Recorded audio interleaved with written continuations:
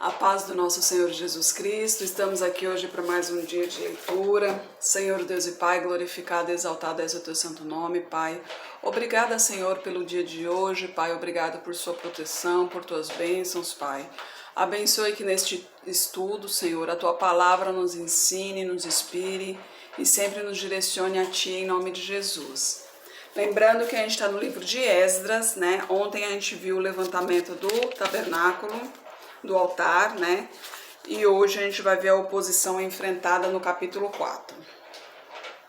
Ouvindo, pois, os adversários de Judá e Benjamim, que os que voltaram do cativeiro edificavam o templo ao Senhor Deus de Israel, chegaram-se a Zorobabel e os chefes dos pais e disseram-lhes: Deixa-nos edificar convosco, porque como vós buscaremos a vosso Deus, como também já lhe sacrificamos desde os dias de Esar-Adom, rei da Assíria, que nos fez subir aqui.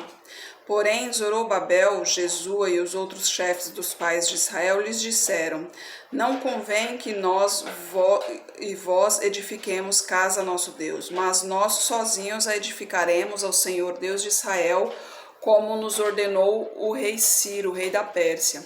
Todavia, o povo da terra debilitava as mãos do povo de Judá e inquietava-os no edificar, e alugaram contra eles conselheiros para frustrarem o seu plano, todos os dias de Ciro, rei da Pérsia, até o reinado de Dário, rei da Pérsia.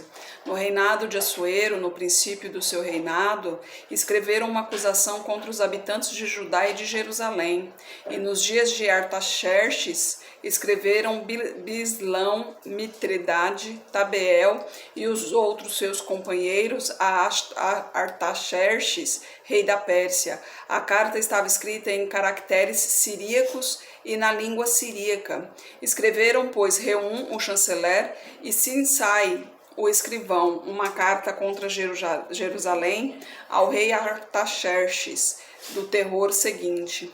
Então escreveu Reum, o chanceler, e Sinsai, o escrivão, e os outros seus companheiros, os dinaitas, arfazaquitas, tarpelitas, arfacitas, arquevitas, babilônios, sussanquitas, deavitas e elamitas, e os outros povos que o grande e afamado Osnapar transportou, que fez habitar na cidade de Samaria e nas demais províncias da além do rio.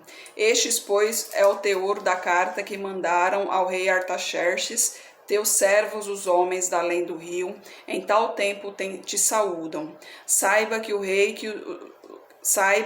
o rei que os judeus que subiram de ti vieram a nós em Jerusalém. Eles edificam aquela rebelde e malvada cidade.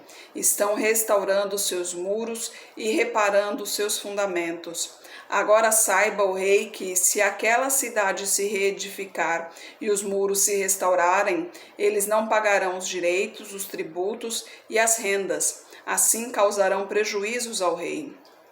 Agora, pois, porquanto somos assalariados do palácio e não nos convém ver a desonra do rei, mandamos avisar ao rei, para que se busque no livro das crônicas de teus pais, e acharás no livro das crônicas e saberás que aquela foi uma cidade rebelde e danosa aos reis e províncias, e que nela houve rebelião em tempos antigos, por isso foi aquela cidade destruída.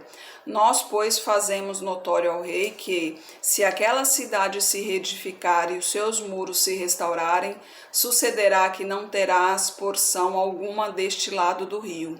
E o rei enviou esta resposta a Reum, o chanceler, e a Sinsai, o escrivão, e aos demais seus companheiros que habitavam em Samaria, como também aos demais que estavam da além do rio.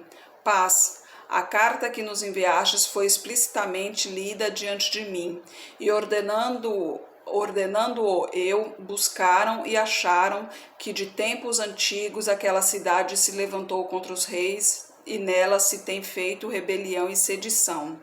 Também houve reis poderosos sobre Jerusalém, que da além do rio dominaram em todo o lugar e se lhes pagaram direitos, tributos e rendas. Agora, pois, dai ordem para impedirdes aqueles homens, a fim de que não se edifique aquela cidade, até que eu dê uma ordem. E guardai-vos de cometerdes erro nisso, porque cresceria o dano para prejuízo dos reis? Então, depois que a cópia da carta do rei Artaxerxes foi lida perante Reum, Sisai e o escrivão e os seus companheiros, apressadamente foram eles a Jerusalém, aos judeus, e os impediram à força de braço e com violência. Então parou a obra da casa de Deus que estava em Jerusalém. Ficou parada até o ano 2º do reinado de Dario, rei da Pérsia. Imagina só, né? O povo tinha acabado de voltar da Babilônia, tinha acabado de sair cativo da Babilônia, chegando então em Jerusalém, estava restaurando a cidade, restaurando a casa do Senhor. Isso era uma ordem do Senhor para que restaurasse tudo. E o povo de Israel queria participar de tudo isso, né? E lembrando que o povo de Israel era um povo rebelde, né? Que era o povo de Samaria, o povo rebelde, o povo não obedecia a Deus, né? Eles seguiam eles ofertavam aos Baalins, né? E eles queriam também fazer parte da construção, do levantamento da casa do Senhor. E o povo de Judá, sabendo o povo de Israel como preferiu não se misturarem, né?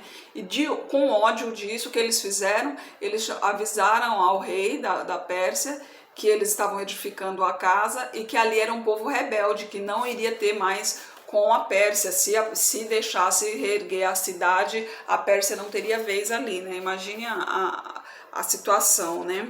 Aí a reconstrução é reiniciada, capítulo 5. E os profetas Azeu e Zacarias, filho de Ido, profetizaram os judeus que estavam em Judá e em Jerusalém. Em nome do Deus de Israel lhes profetizaram.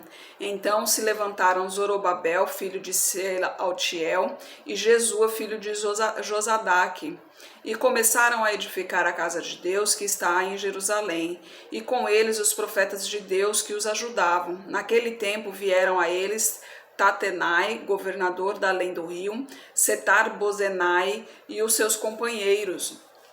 E disseram-lhes assim: quem vos deu ordem para edificardes a casa e restaurardes este muro? Então assim lhes dissemos: e quais são os nomes dos homens que construíram este edifício?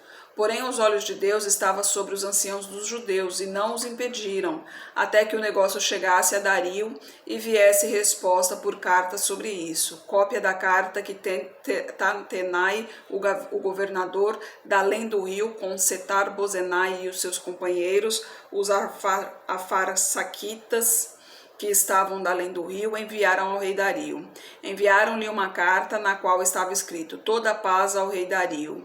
Seja notório ao rei que nós fomos a província de Judá, a casa do grande Deus, a qual se edifica com grandes pedras, e a madeira já está sendo posta nas paredes. Esta obra vai sendo feita com diligência e se adianta em suas mãos.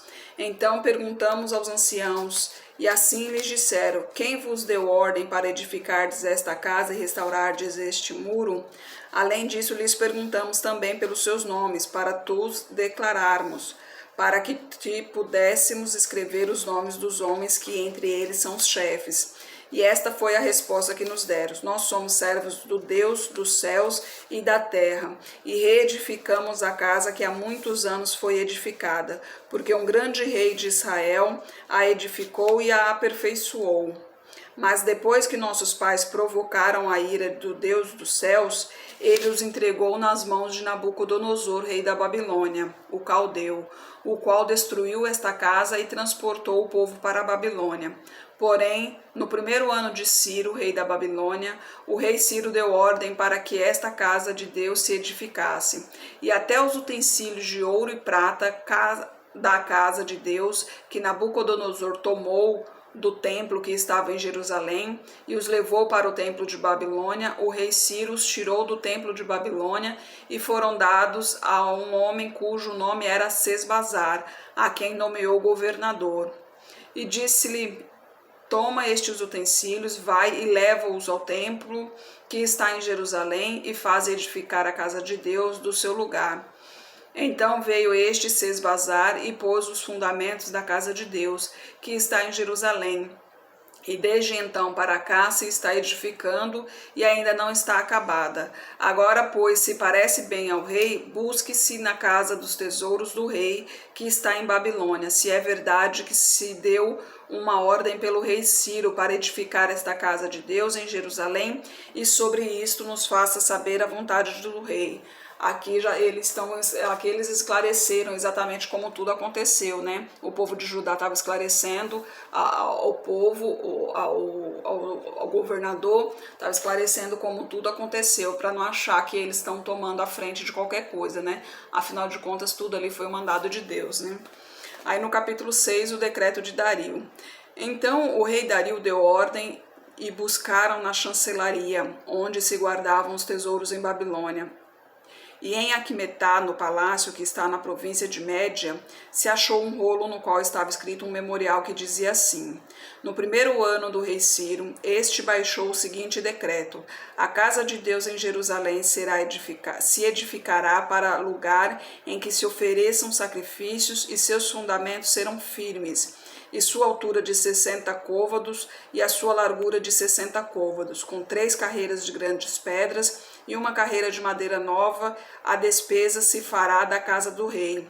Além disso, os utensílios de ouro e de prata da casa de Deus que Nabucodonosor transportou do templo que estava em Jerusalém e levou para a Babilônia, serão restituídos para que voltem ao seu lugar, ao templo que está em Jerusalém, e serão postos na casa de Deus. Agora, pois, Tatenai, governador da além do rio, Setar-Bozenai e os seus companheiros, os Arfarsaquitas, que estáis de além do Jordão, além do rio, apartai-vos dali, deixai que se faça a obra desta casa de Deus, que o governador dos judeus e os judeus edifiquem esta casa de Deus no seu lugar.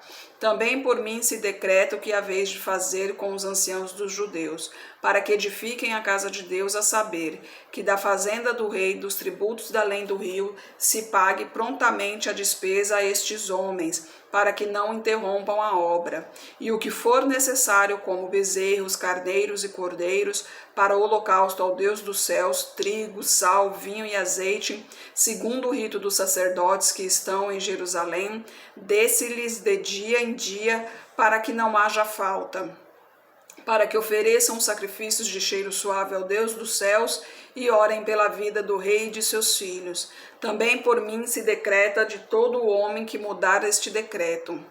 Se arrancará um madeiro da sua casa, então levantado o pendurarão nele, e da sua casa se fará por isso um montouro. O Deus, pois, que fez habitar ali o seu nome, derrube a todos os reis e povos que estenderem a sua mão para mudar o decreto e para destruir esta casa de Deus, que está em Jerusalém. Eu, Dario, baixei o decreto, com diligência se faça. Aí que maravilha, né? Ele fez o decreto, Dario fez o decreto e ainda por cima amaldiçoou a quem tentasse impedir a obra do Senhor, né? Ali já foi o mandado do Senhor, né? Aí a conclusão e a consagração do templo no versículo 13. Então Tatenai, o governador da além do rio, Setar-Bozenai e os seus companheiros assim fizeram apressadamente conforme ao que decreta o rei Dario. E os anciãos dos judeus iam edificando e prosperando pela profecia do profeta Ageu e de Zacarias, filho de Ido. E edificaram e terminaram a obra conforme ao mandado de Deus, do Deus de Israel, e conforme ao decreto de Ciro, de Dario e de Artaxerxes, rei da Pérsia. E acabou-se esta casa no 3º dia do mês de Adar, no 6º ano do reinado do rei Dario. E os filhos de Israel, os sacerdotes, os levitas e o restante dos filhos do cativeiro fizeram a consagração desta casa de Deus com alegria, e ofereceram para a congregação desta casa de Deus 100 novilhos, 200 carneiros, 400 cordeiros e 12 cabritos por expiação do pecado de todo Israel, segundo o número das tribos de Israel. E puseram o sacerdote nas suas turmas e os levitas nas suas divisões para o ministério de Deus em Jerusalém, conforme ao que está escrito no livro de Moisés. E os filhos do cativeiro celebraram a Páscoa no dia 14 do primeiro mês, porque os sacerdotes e levitas se purificaram como se fossem um só homem. Todos estavam limpos, então mataram o cordeiro da Páscoa para todos os filhos do cativeiro, para seus irmãos, os sacerdotes e para si mesmos. Assim comeram a Páscoa os filhos de Israel, que tinham voltado do cativeiro, com todos os que com eles se apartaram da imundícia das nações da terra, para buscarem ao Senhor, Deus de Israel, e celebraram a festa dos pães não fermentados por 7 dias com alegria, porque o Senhor os tinha alegrado e tinha mudado o coração do rei da Assíria a favor deles, para que lhes fortalecer as mãos na obra da casa de Deus e o Deus de Israel. Imagina a maravilha, Deus pensou em tudo, né? Os próximos reis não deixariam a conclusão, não deixariam concluir o templo, né? Mas Deus já sabia disso. Então, o que ele fez? Ele proclamou através do rei Ciro, que era o rei da Pérsia, né? Que chegou à Babilônia. Ele fez com que proclamasse ali a liberdade para a construção do altar e, inclusive, amaldiçoou quem tentasse impedir, né? E com isso os próximos reis acabaram tendo que obedecer a esse mandato, né? A esse mandamento. E Deus ali sempre pensando em tudo, nos mínimos detalhes, né? E no final todos puderam se alegrar na presença do Senhor, já que a casa foi concluída. E a gente tem o costume, né, quando a gente termina a casa, quando bate a laje faz um churrasquinho, né? Então, na casa do Senhor, terminou a casa do Senhor, então é uma festança. Só que a casa do Senhor é algo magnífico, né? Que os olhos contemplam, que não conseguem nem acreditar no que contemplam.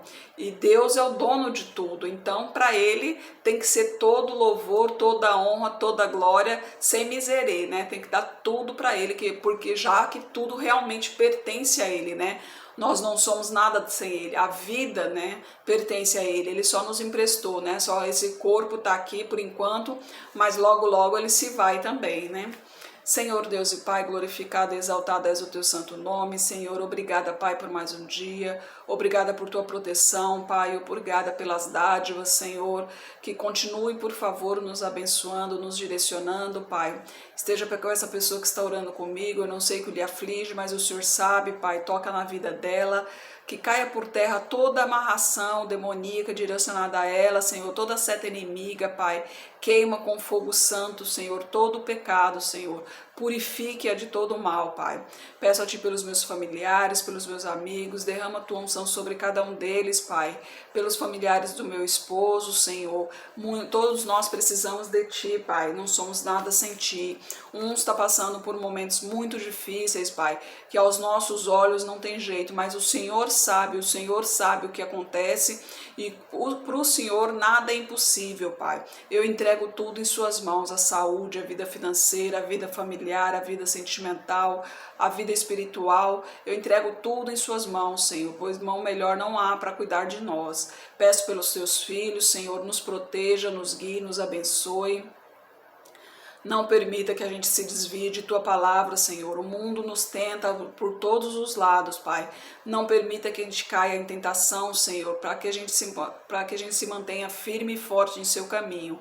Pois um dia queremos todos estar ao Teu lado, Pai, sem esse sofrimento, sem essa angústia, sem essa fome, sem essa luta, somente com glórias, aleluias, somente com louvores e adorações a Ti, Pai.